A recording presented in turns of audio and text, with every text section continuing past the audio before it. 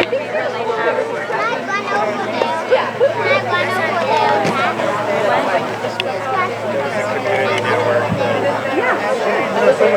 want to run with Rach? Oh. Hi, I'm Wyatt. Nice to meet you, Anthony. Very nice to meet you. I've heard of you too. And another Anthony I have not met. Congratulations. You're by default the top Anthony. Love it. Laura, this is my friend Amanda. Can you say hello? Yeah. We met, but it's been a while. You probably don't remember. Someone saying, hey, The big gathering. Yingling gathering in memory of Mr. Yingling. Hey, you guys. You guys, where are you going? Right down there? Okay. Come on, Dottie. Come on. Right down here? Yeah. You normally are? No, we're up a little bit. We want it right there. We have friends there.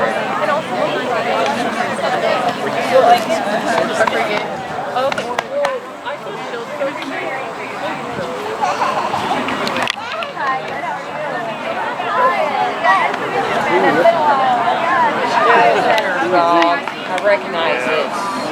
Not on the leash. How you doing?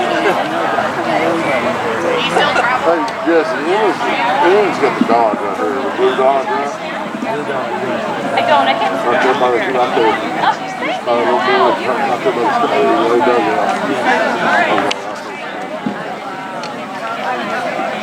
And perfect. Yeah.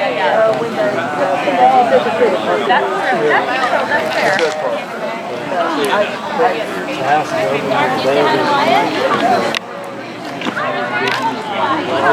Rehearsal space. Bass guitar. Suzanne.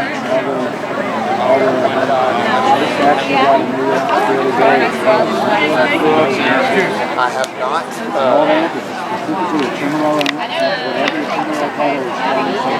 Wow. Hey, stranger.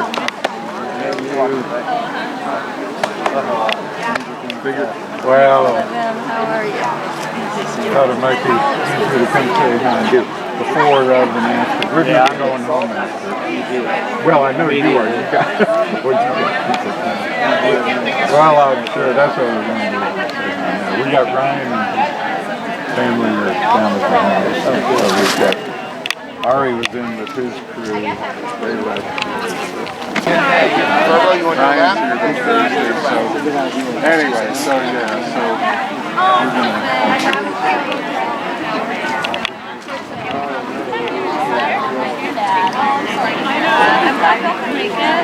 I just realized this is a rocking chair. That's really amazing. I mean, it's well, we are. When did you come? Last night. Yeah, we got.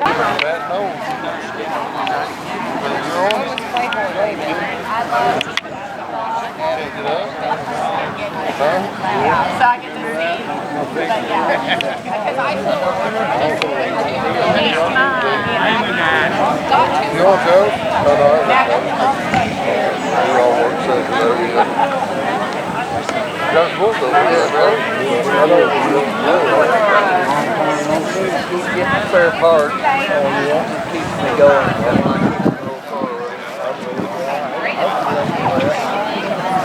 Okay. Yeah. Still trying to work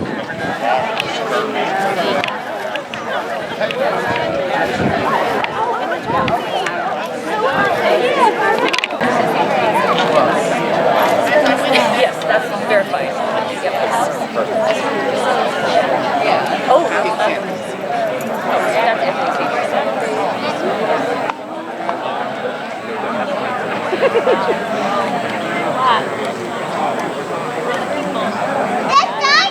Really? Why? No, I can say that. No, I can.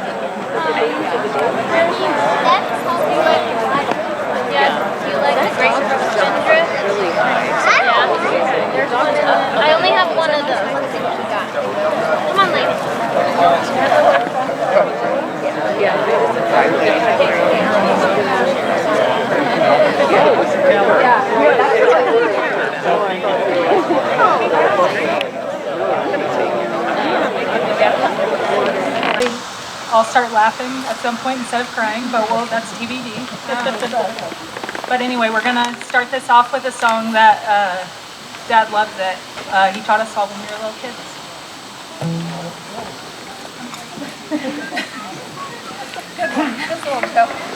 Aren't we?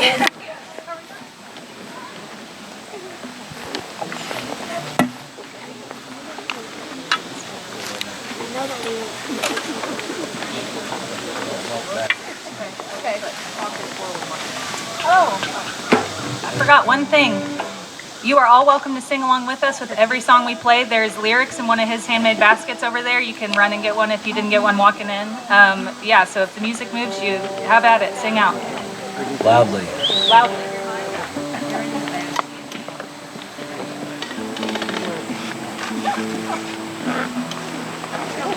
This probably wouldn't be a good time to tell a suppository joke. I mean, Dad would do it. The suppository joke.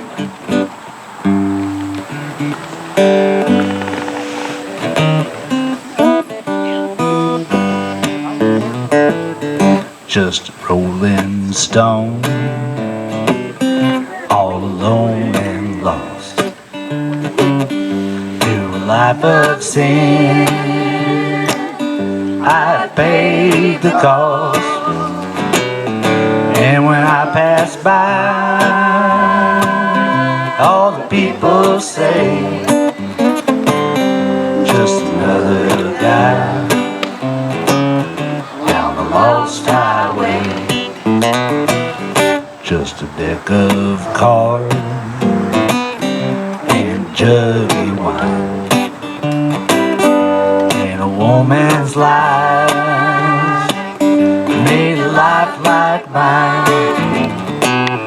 Oh, the day we met, I went astray, started rolling down that lost highway.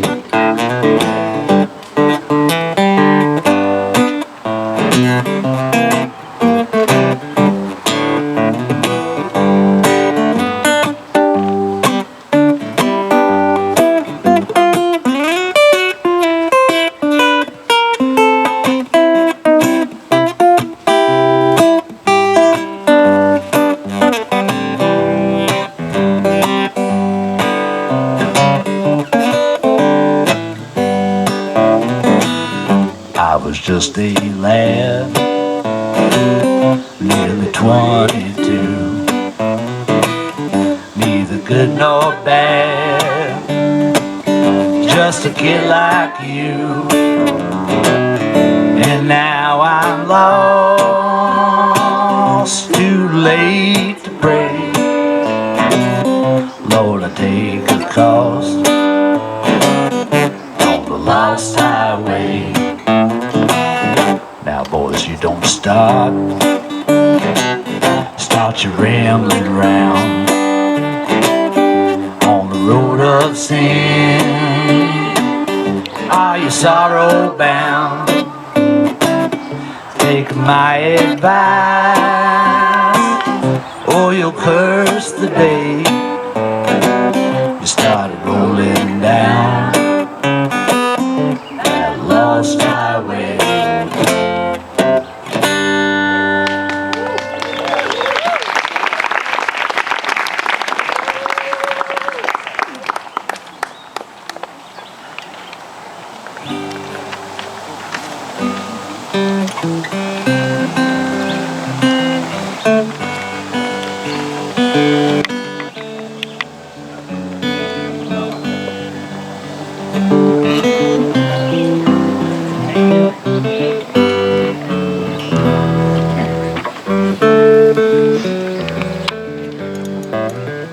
This land is your land, this land is my land, from California to the New York Island, from the Redwood Forest to the Gulf Stream waters. This land was made As I went walking that ribbon of highway, I saw above me that endless skyway. I saw below me the golden valley. This land was made for you and me. I roamed and rambled, and I followed my footsteps to the sparkling sands of her diamond deserts. And all around me a voice was sounding. This land was made for you and me. There was a high wall that tried to stop me. There was a sign that said private property, but on the backside it didn't say nothing. That side was made for you and me. When the sun comes shining, then I was strolling, and the wheat fields waving, and the dust clouds rolling. The voice was chanting, and the fog was lifting. This land was made for you and me. This land is your land, this land is my land. From California to the New York Island, from the Redwood Forest to the Gulf Stream water. This land was made for you and me.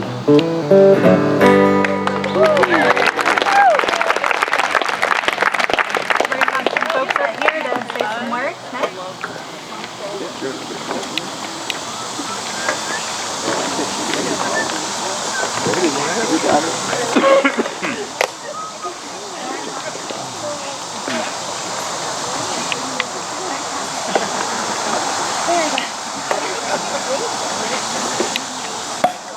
First I want to say, a captive audience, it's my dream come true. Before I get to Keith, I just want to talk a little bit about religion and politics.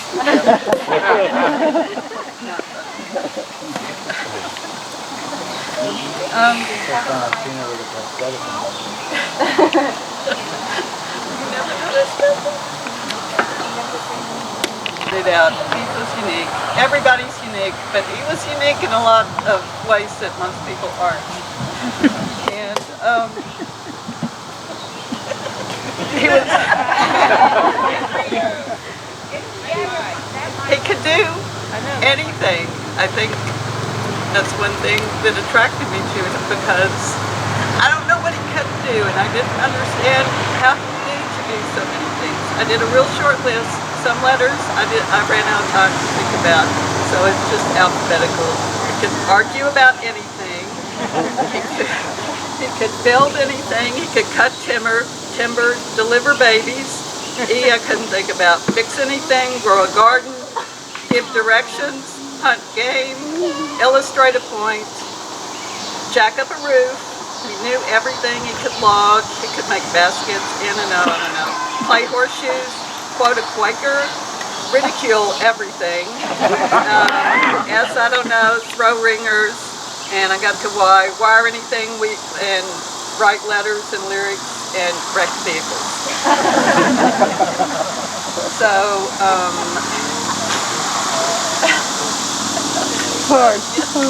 it's on the chair. Thank you, sorry. So, he also had this extraordinary memory, which his friend Roger also seems to have, but Keith, I just didn't understand how he could remember so many things. And it was so extraordinary that he could also remember things that before they happened, and some things that never happened.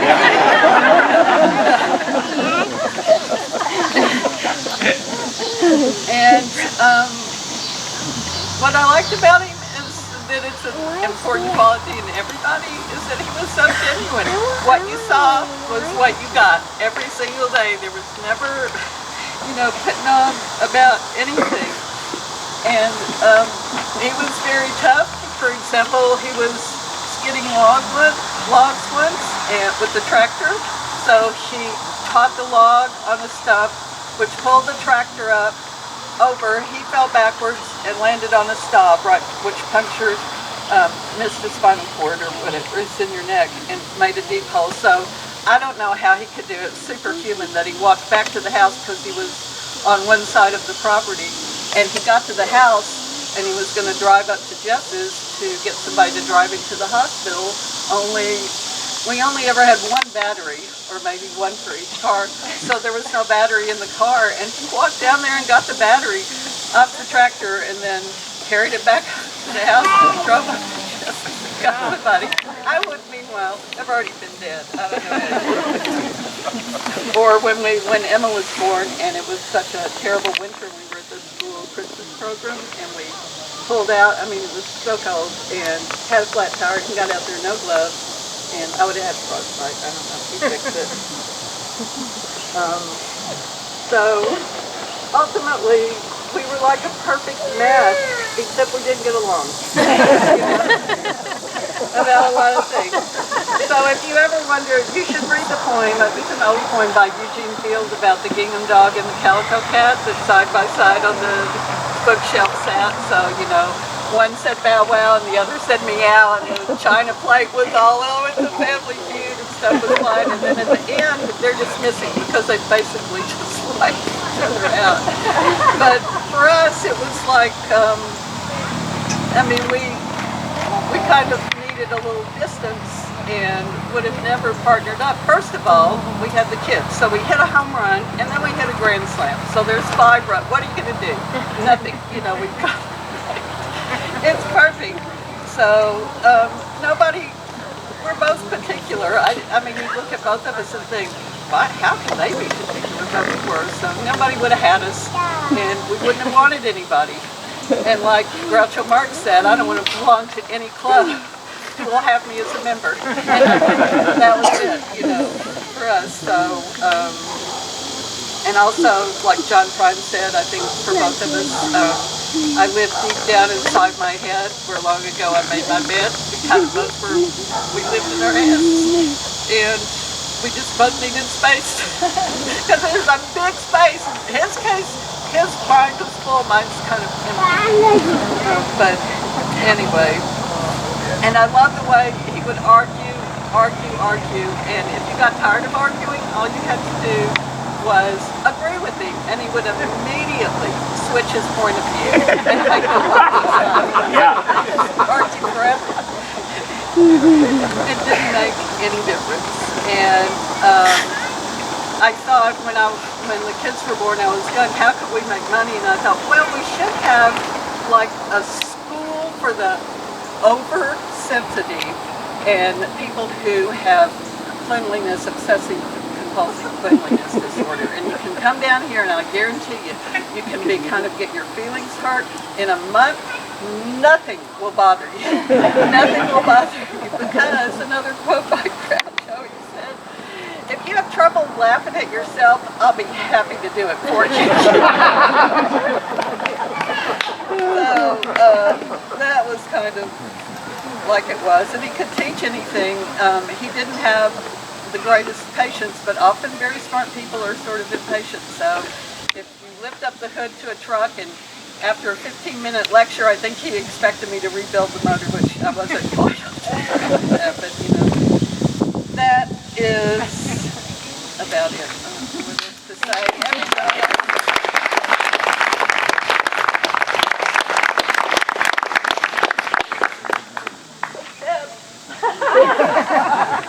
It's a huge black hole, and it's hard on a daily basis not to fall into it, you know.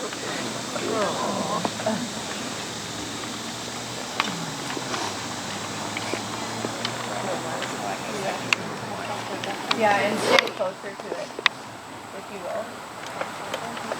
Hey, Dad. I'll try. How's that? Well, I will definitely not be as entertaining as you, Sarah. Do this. I'm Keith's sister. We grew up in New Jersey, as I'm kind of assuming you all know. Our parents had 3 kids, or at least that's all we knew about. I'm the youngest, Keith was in the middle, and we had an older brother, Lars. Keith and Lars were 3 years apart in age. And then there was a big gap before I came along. Keith was 8 years older than me, and Lars was 11 years older than me. By the time I was 7, both of them were living away at school. Lars went to college at the ripe age of 16, and Keith went to Westtown School for high school that was outside of Philadelphia. After Keith graduated from Westtown, he went to Oberlin College for a year and then decided he didn't want to go back. As a result, he lost his student deferment from the draft. I don't know if anybody here remembers the draft. But being a pacifist, a Quaker, and against the war in Vietnam, he qualified as a conscientious objector and was able to do an alternate service by teaching at Colleberg School, which is in Stony Point, New York, just north of New Jersey. He settled down there for a few years and ended up having some other jobs as well. One was a landscaper, mowing lawns, raking leaves, and things like that.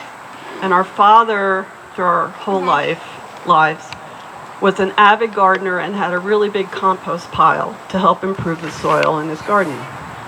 So to help our dad with that, and to help the landscaping company, Keith would often come to dump his truckloads of grass clippings and leaves in the compost pile. Our father really appreciated it, except for later when he had to dig out all the beer cans and bottles in order to use the compost. And speaking of trash, he also worked as a garbage man. I loved his motto, which he painted on the side of his garbage truck and showed to any disgruntled customers. It said, "Satisfaction guaranteed, or double your garbage back." And that's true. I saw it on his truck. After a few years in Stony Point, Keith moved down here to Winslow. He knew about the area because a friend had bought property in Brentwood, and Keith helped him move down there. My relationship with Keith was complicated, and it had its ups and its downs over the years. But as my brother, I always knew he had my back. And we had lots of good times together. When I was about 4, we discovered I was allergic to chocolate, which was a real bummer.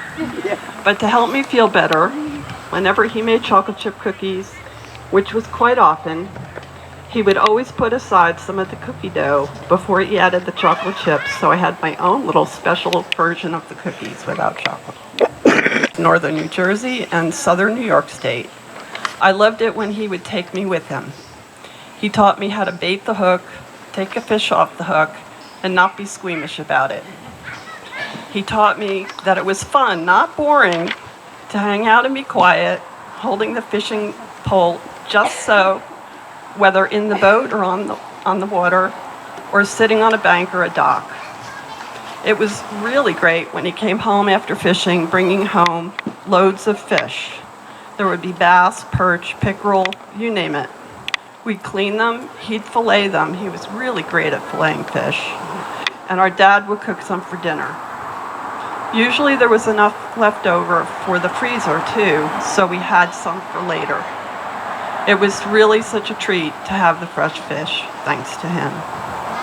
Another of his favorite things was climbing ropes and putting up big rope swings. Our backyard was a perfect place for that, with lots of large maple trees on a hill that dropped off. He installed several there. One swing had a tire on it, but the others just had knots to hold on to. He was really good at climbing ropes, and even climbing them using just his arms and hands. He had really strong arms, strong enough to do multiple one-arm push-ups as well. As you might have imagined, he liked to show off doing both of those things. And he would love to challenge people with these feats and take bets on the outcome. At least when I witnessed these challenges, he didn't seem to lose any money. Then, of course, there was the music. He played just about everything that had strings on it. Growing up, he played the cello, believe it or not, and piano. He learned the mandolin from our grandfather, who also helped him with the guitar. Then there was the 5-string banjo and the auto harp, and after he moved down here, he started playing the fiddle. He grew up learning to play the blues and in the early years of rock and roll, which he loved. He'd often have disputes with our parents about what to tune in on the radio. He would want rock and roll and they would not. They preferred classical. But the best was hearing him play live, often in our own parents' living room with a few of his friends playing late into the night. Then other times it was at the hootenannies that were held regularly at the Quaker Meeting House in the town we grew up in. Sometimes he played solo there, and sometimes he would bring along whatever was his current band, but they were really great. Other musicians were there too, of course, but they were great. Then when I graduated from law school, he surprised me by flying up to New Jersey, and he hated to fly. He came to attend my graduation and attend the after party.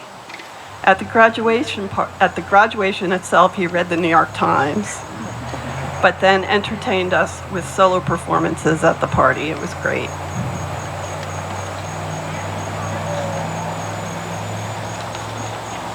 Whoops, lost the page.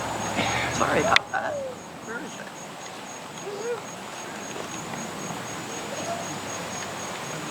Well,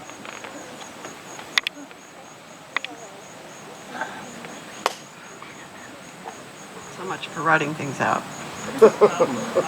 Here we go. It's the end, but I'm really glad he was my brother. I definitely miss him. Especially the music. But fortunately, that lives on in his talented children and grandchildren.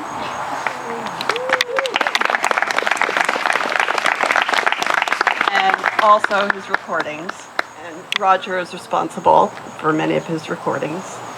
Really, he's left a great legacy. Thank you.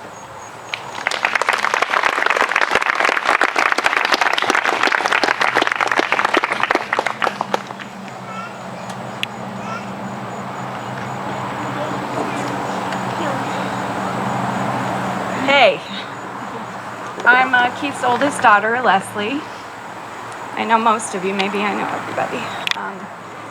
He would get such a kick out of seeing everybody who's here. And Sarah said, I don't think there's a single place or time that was important to him in his life that's not represented in some way.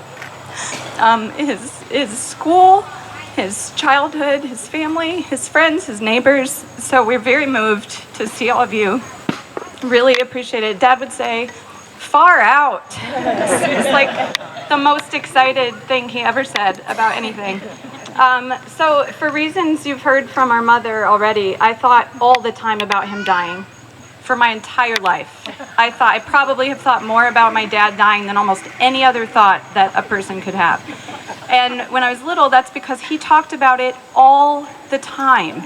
He would say, you know, I'm going to die one day, or someday I'll be dead, or somebody would ask him, how are you doing? And he might say, not dead yet. So it was, for a young person, a lot to grapple with. And, you know, he would talk about the ways that he had already almost died, and additional ways that he might yet go, and there were friends and family, just, you know, big, exciting, and terrible accidents happening a lot.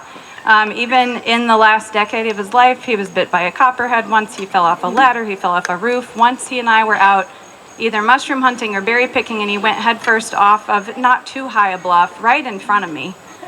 Because though I, being much younger than him, was meant to stay behind while he went ahead. I was always looking at his mortality and what seemed to be his indestructibility in the same light. It's just how it was. It wasn't difficult to reconcile because it was how he was. It was a life high in contrast. And everybody here, I'm sure, has fun stories to share about the rough edges.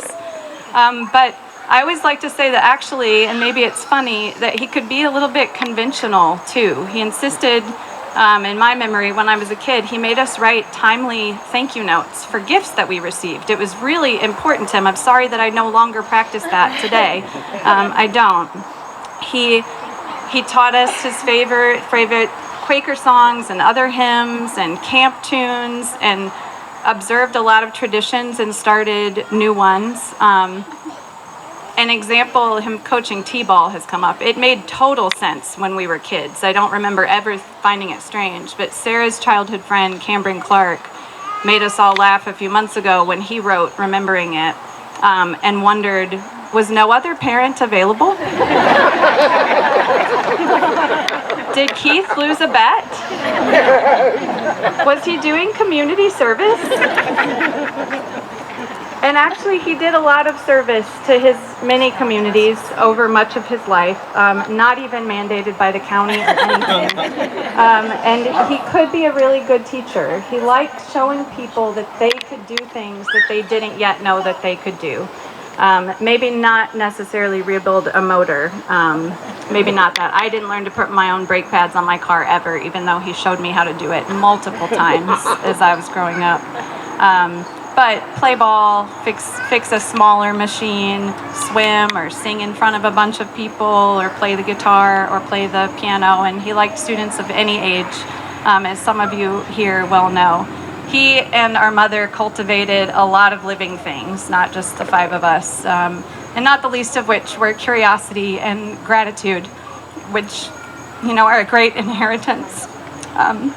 When we were growing up and we swam in the pond all the time, all summer long, he would get out. We always swam for a while, and he would watch us, and then eventually he would dive in the water and get in an inner tube and lean back and say, like in my memory, almost every day, "Gosh, sure wish we had a place like this." It was his pen. He wanted us to know how lucky we were. He was a remarkable letter writer.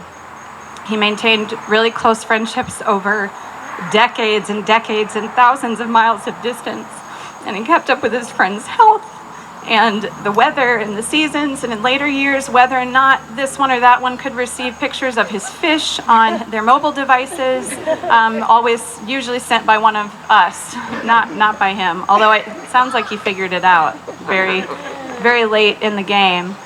His letters contained life updates, oddball facts, his favorite funny stories, some old, like when he and a friend pushed most of their half the school, I think one letter said, into the lake, along with some teachers. Another story that was one of the proudest moments of his life, I'm afraid, was that, and those of you who know that Quaker meeting, it's a silent meeting. It can be boring for children, which he talked about a lot, despite caring a great deal about being a birthright Quaker. He ended the annual meeting early once by starting the chain of handshakes that signaled that it was over. And I think it was only a short time into it. He told this story all the time. He would write about each of us kids, especially in the Christmas type letters, usually starting with me because I'm the oldest. In this letter I have in front of me, he wrote a paragraph about, it had my job in it, my house, where it is, Jack was born then. It had updates about Don. And the last sentence of the paragraph was, "I think Leslie is 25. That one also has a whole paragraph about brown trout, including the world record catch at the time, where it was found, where the former one was found before that, and the fact that in Arkansas, trout are not native, but were introduced in the tailwaters below the dams, below all the Army Corps dams in the 1930s. That paragraph was without context, but perhaps there was an ongoing correspondence about it. He always took my New Yorker magazines when I was done with them, and he would pull articles out to enclose in letters and send to people. To our cousin Bruce last December, he can't be here today, but sends his love. He sent a letter to Bruce hoping for his good health. He was not in great health at the time. And enclosed an article about the misuse of statistics in medical studies. It's possible one of you here received one about pickpocketing.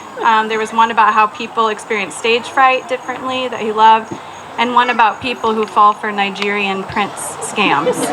And my apologies if it was you. His very good friend Jeff Cox received his last letter from Dad the day that he died. And Jeff's not here today either, but I'm going to read something that he wrote to me about receiving that. He said, "You're right. He never was anything different from himself, a rare and highly spiritual quality. In his final letter to me, He said that I should be proud of myself for having resolutely talked the talk and walked the walk. I don't feel such pride. I live with me, and I know what a schlemiel I can be. But I've always felt that same feeling of admiration for Keith. Talk about a guy who talked the talk and walked the walk. He was one of the great inspirations of my life. As I was his daughter and lived nearby, I did not receive long letters. I did get some long voicemails occasionally, and sometimes very short notes. And this is the part where I warn you, in his imaginative tradition, there will be profane language in the presentation. He would leave these notes often when I wasn't home, and I always thought that was kind of on purpose, but sometimes it wasn't. But he loved to stop by when you weren't there. I brought some notes. Some of you in the front will be able to see. This one says, "On Sunday you forgot the squash. The rotten spot is only skin deep." He drew me a diagram of how to cut a blemish off of a squash. I was 40.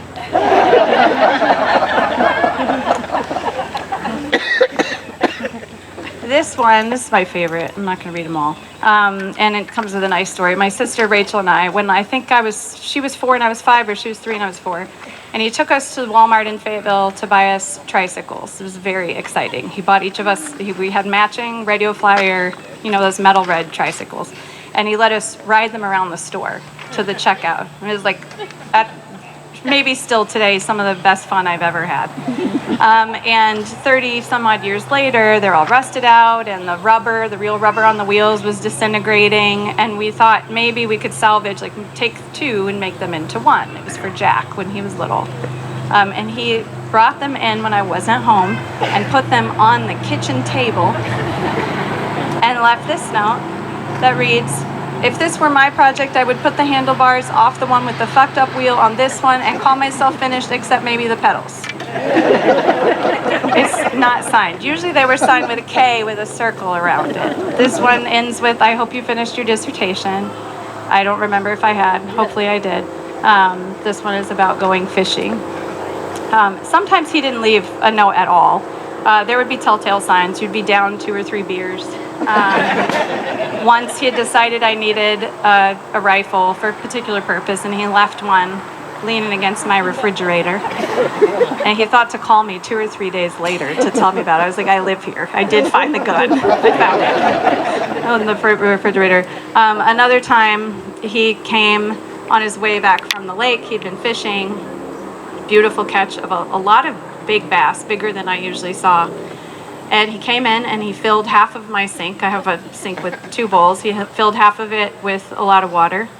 He put a bunch of somewhat alive bass in the sink, put a large sheet pan on top, which, bummer for me, I didn't discover until after I had butterflied a whole chicken that night and put it in the oven. I spent the rest of the night outside on the ground cleaning fish.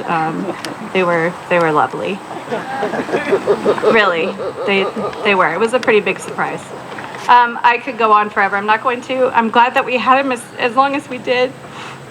In my case, 40 and a half years of lessons in being kind and irreverent. Reminders to keep your knives really sharp and your wits even sharper, and not to take the wrong things too seriously. And with gratitude for those friends, Ned and Tina are 2 of them who have shared letters from him that he sent over time. I'm going to finish with an excerpt. And he's talking about a person, an old friend of theirs. He says, "The pictures were great. If you see him, tell him I found Jesus too. He's a pretty good guy, and you often see him there at the Baptist Ford Bridge. There's a deep hole of water there, and he likes to fish. I often stop there to pee on my way out of Fayetteville." And I ran into him a couple weeks ago. He was out fishing, but he wasn't having much luck. I gave him a beer, but needed to get home to put groceries away, so didn't stay long. I asked him if he remembered Bob, and he said no. But that wasn't unusual, because he meets so many folks. He also said that a real asshole like me was a lot harder to forget. I don't know, is that a compliment? Take care. Love, Keith.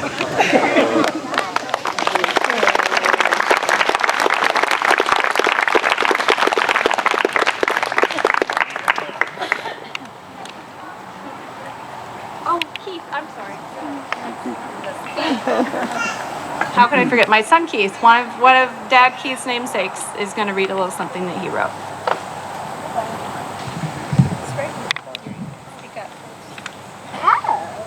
I wrote a poem today about my grandpa that about things that I really liked about him.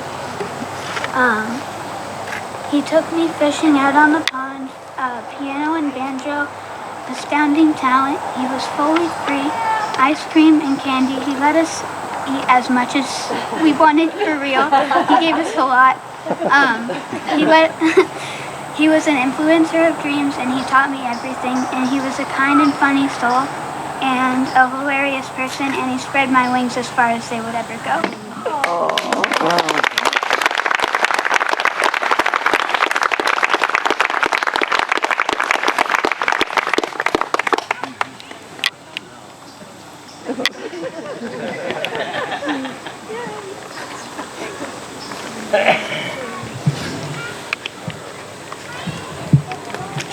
Tough acts to follow. My name is Ned Krutsky. Keith was a friend. Keith and I were high school classmates.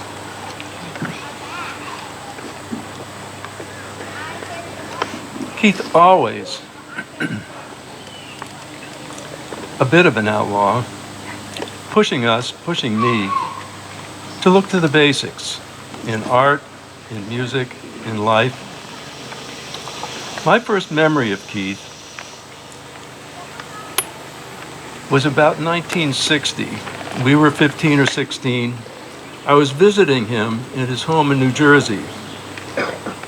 At the time, he had a car, type and vintage I do not remember.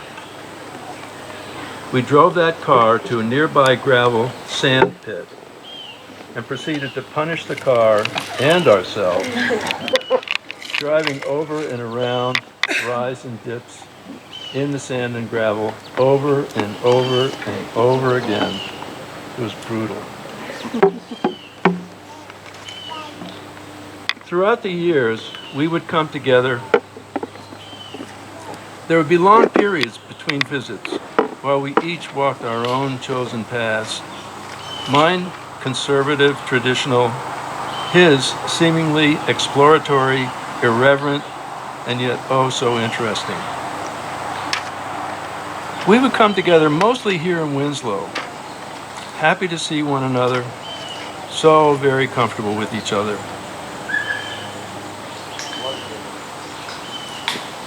I'm sure many of you know of, even have, the split oak baskets he made. His ability to take oak and render it into beautiful baskets I found remarkable.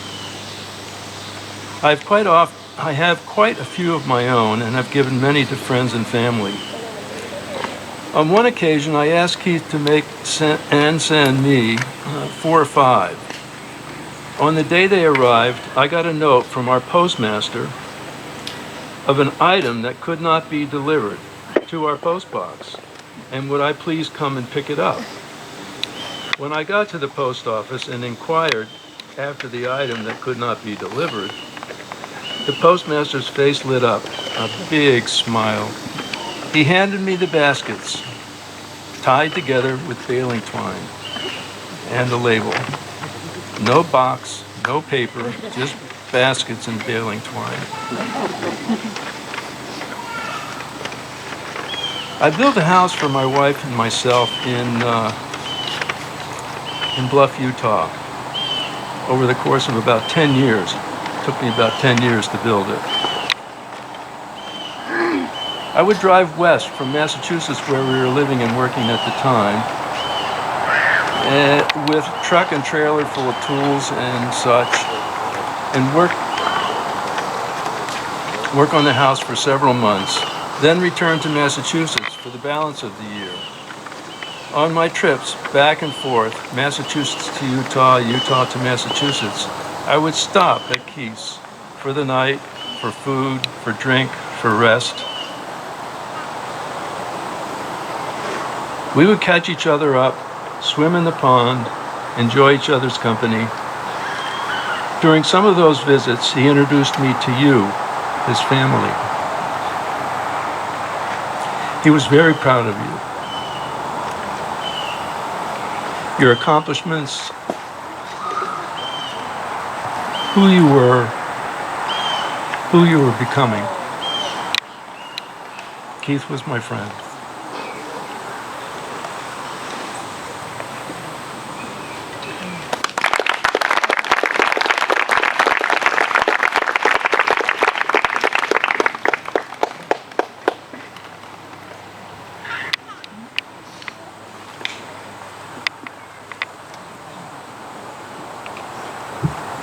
So I didn't write anything down, so I'm just going to ramble. But I can fill you in on a few things. Keith was a great arm wrestler. I don't know if any of you guys, the boys from Lick Hollow out there, have ever arm wrestled with him. But as far as I know, he never lost. I used to watch him arm wrestle like gorillas, you know, and he would always win. So that was one thing that he really did really well that wasn't brought up. The garbage truck. The garbage truck. He told me that the first time he went to the dump with the garbage truck, that like there was a bridge. And so the garbage truck, so he was like a little worried that the garbage truck might fit under the bridge. So he like got out and, you know, kind of measured like the bridge to the garbage truck and went under the bridge. And he went to the dump and dropped off the garbage. He came streaming back. Wham! Knocked the back off the garbage truck. That wasn't brought up. He used to come to Provincetown. He used to come to Provincetown for like 3 years. He came to Provincetown in the summer, and he used to come to visit me, you know. And he would stay, like he would stay with me or with my sister or whatever. And he would like to make money. He would like busk, basically, like play banjo and guitar in this like doorway of a restaurant that was across the street from my pizza place. And he would like sit there for like 7 hours or 8 hours straight and just play like guitar and then play the banjo and then play the guitar and play the banjo. They didn't like do guitar tricks, you know, and people loved his guitar tricks. They used to throw money at him when he did stuff like play the same 2 different songs at the same time and stuff like that he used to do, you know. He would do really well with that. He would make like over $100, I think, every time he did it, and that was like good money in those days, probably enough for him to live on for a week. You know? He always parked his car with the license plate not showing. When he was in Provincetown, you know, like I asked him, my wife said, I don't want anybody knowing I'm here. He had like he was really an incredible person. Like when we were kids, we used to get dumped at my grandparents' house a lot of times at the same time. And like our parents, I think it was partly because I would say like, oh, let me go when Keith's there. Let me go when Keith's there. You know, I was a glutton for punishment. So, and he was like 2 years older than me. So, you know, he was always like telling me scary ghost stories and like getting me in trouble with my grandparents, like doing things that were like really risky. You know, like one time he had this idea, well, a couple of different things like tobogganing. Like we would go tobogganing, and there was this big hill there, like. They made it into actually a ski slope. It was such a big hill with a rope tow on it after we stopped going there. But we used to bring the toboggan up there, like we'd be 5 of us kids. And Keith, of course, was the guy who steered the sled. So we would go down the hill. And we always had this kind of one run. But one day he decided to go a different way. And we went under the barbed wire fence, into the road, almost got killed. And the whole back of my jacket got ripped, but I didn't know that, you know, because like that was the back of my jacket, you know what I mean? So I got back to my grandparents' house, and my grandmother goes, "What happened to your jacket?" I go, "What's the matter with my jacket?" She goes, "The whole back of it's ripped." I went, "Oh," you know. So he was really great. The last time I talked to him was when my wife died. That was in September. He called me up. Him and my wife really became really good friends. My wife adored him.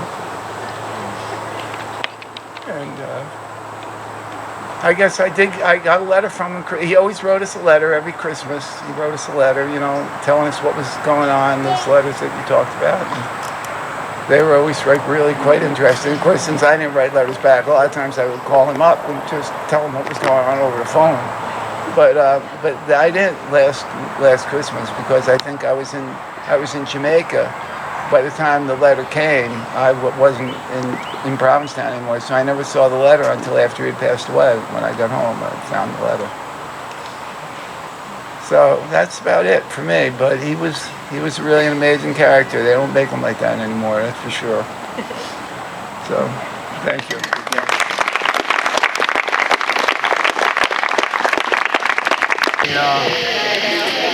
The day that the plane went down in the Pacific Ocean with the heroine of the world, Amelia Earhart, who was on her way to be the first person to fly round trip, one way around the world. And nobody knows where she is now. Some people think that she still survived for a long time, but her plane was never found. Actually, it was found just a couple of weeks ago, I think. But it's way down. It's like 30 miles below.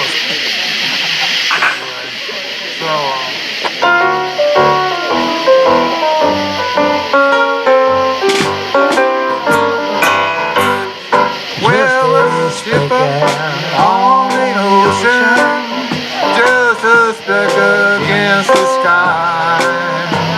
Amelia Earhart flying sad that day. Well, down in shark-infested waters, her plane went down that night. In the blue Pacific to its watery grave, there's a beautiful, beautiful field far away in a land that is fair. Happy landing to you, Amelia Earhart. Farewell, first lady of the air. Well, now half an hour later, her SOS was heard. The signal weak, but still her voice was brave.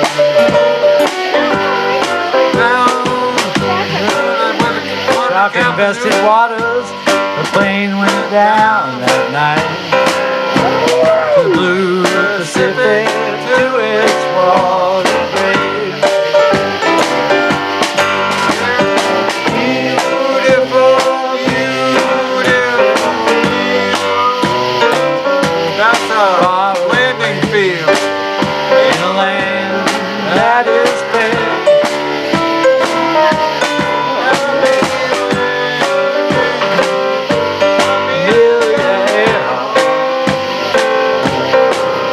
Farewell, first lady of the air. Well, now in years to come, others may blaze their trail across the sky. But we'll never forget it, though. Maybe others blaze their trail across the sea, but they'll never forget Amelia and her plane. There's a beautiful, beautiful field far away in a land that is fair. Happy landing to you, Amelia Earhart. Farewell, first lady of the air.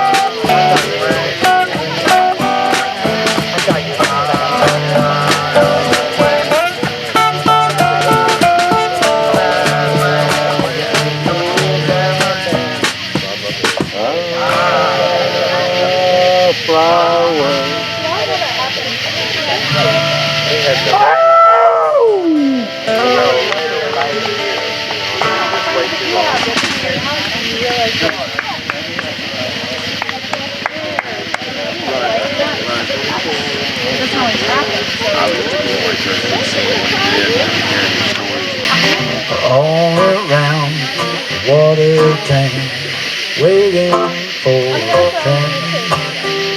I'm 1,000 miles away from home, sleeping in the rain. Woke up to a brakeman giving me a line to talk. Said if you got the money, I'll see that you don't walk. Haven't got a nickel, not a penny can I show. Get off, you arrow bomb, slam the boxcar door.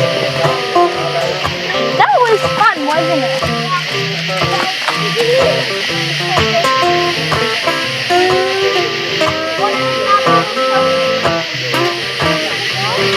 Let's go do it again. No, I'm not doing anything. Okay, I'm gonna walk.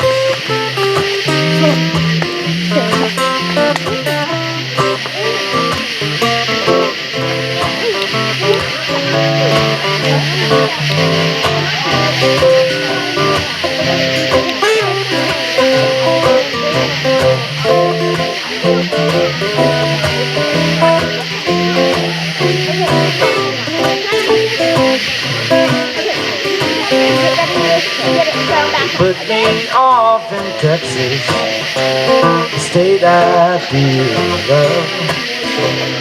Wide open spaces all around me, moon and stars up above. Nobody seemed to want me, lend me a helping hand. I'm on my way from Frisco Bay, going back Dixieland. Haven't got a nickel, not a penny to my name. 1,000 miles away from home, waiting for a train. Yodelay, yodelay, yodelay, yodelay, yodelay. Do you want to do it now?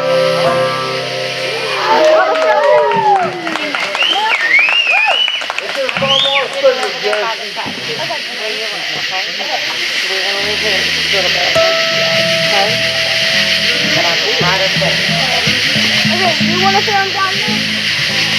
Yeah? 65 and then tie all the sounds like that. Some sort of a pop song that nobody knows where. And it's called Going Down 20 Feet. And I'll try to sing it, but I'm not sure I can do it. Y'all want to play this?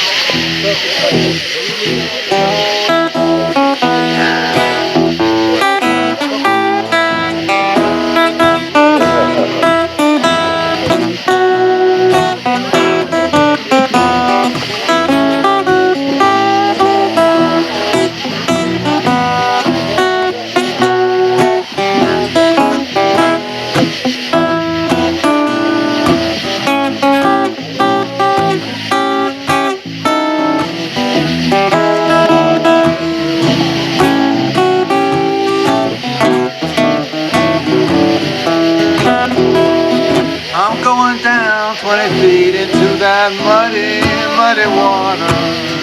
Though I know it's dark and it's cold, I'm going down 20 feet into that muddy, muddy water. I'm gonna search for that precious little band of gold. It didn't cost me much, I could have bought more, but you never buy love at a jewelry store. I'm going down into that muddy, muddy water, try to find the answer there. Going down 20 feet into the muddy, muddy water.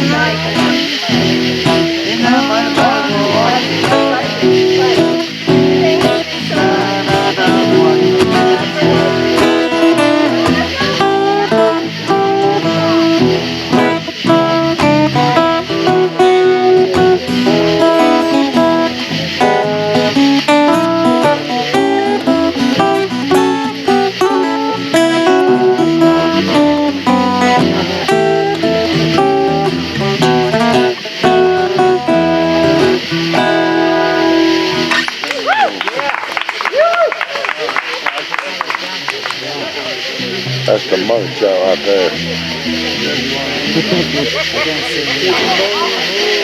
Somebody else can grab this. How about little birdies?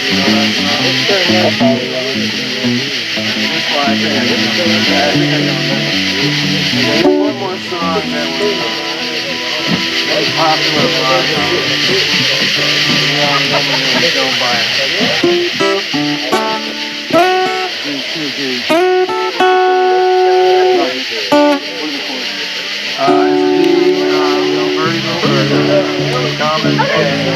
So much. You can see the lights.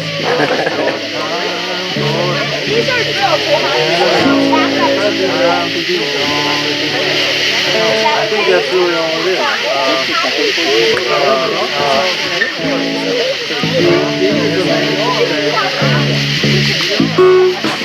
So it's just Little Birdie. I think it's pretty simple. Yeah, I can do that.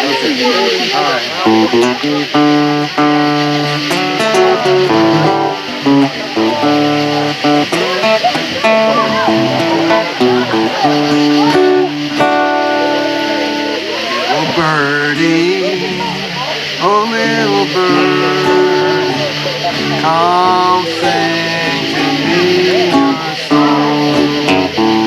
I've a short time going to be here and a long time to be gone. Little birdie, what makes you fly so high? It's because I'm a true little bird and I do not fear to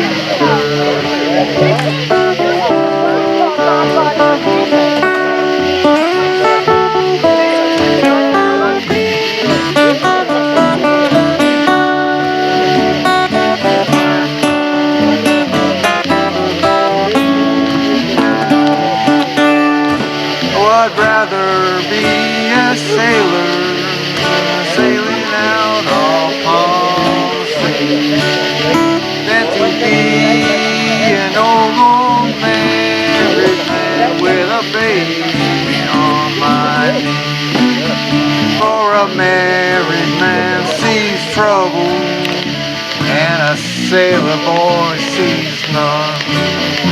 I intend to remain single till my life on earth is done. Little birdie, little bird, come and sing me your song. I've a short time for to be and a long time to be gone.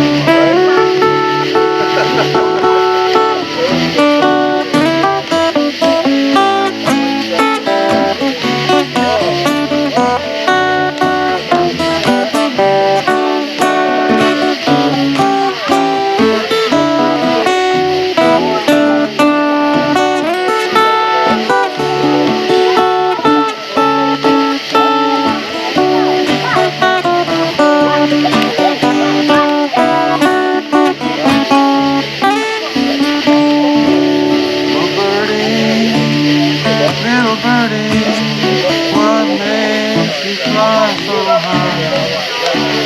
I'm a true little bird, and I do not fear to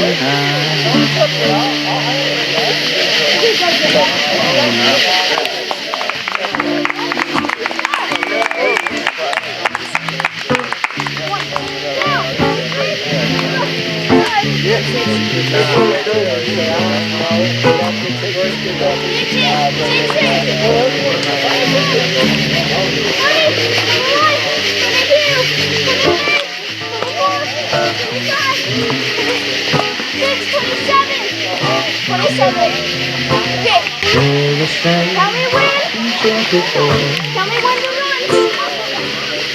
They say he wandered very far over land and sea.